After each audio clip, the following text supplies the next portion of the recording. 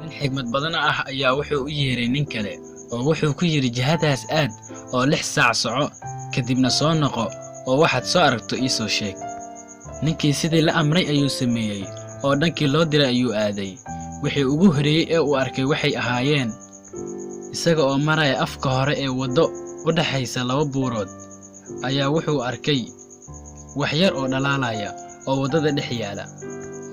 wixii ayuu usha ku dhuftay, qarax ayaa dhacay, 2dii buurood ayaa isqabsaday.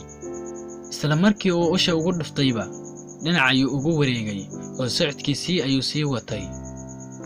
kadib wuxuu arkay guri qurux badan. gurigii ayuu albaabkiisii furay, mise ur ayuu dareemay. wuu fiiriyey wax gudaha ka soo uraya. wuxuu arkay in saxaro ka buuxdo. guriga wuu isa soo xiray, socodkiina ayuu sii watay.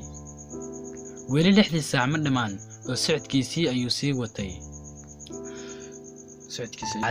dhacdadii saddexaad ee uu la kulmay waxa ay ahayd inuu arkay rati gaajo la soo gotay oo dhex taagan dhul Ilaahay subxaanahu wa tacaala doog iyo barwaaqo ku manaystay, balse aanan cunaynin naqda iyo dooga baxay. wuu ka sii socday oo misana wuxuu la kulmay rati kale oo fadhiya oo calooshiisa iyo qaybaha jirkiisa ay iska daldalanayaan dabaco, dhurwaa iyo dhammaan habar dugaag oo idil. bahalo dhan dansi aan ka lahayn ee iska daaqaya oo dooga iska cunayo. wuu ka sii socday oo ugu dambeyntii wuxuu la kulmay gabar qurxoon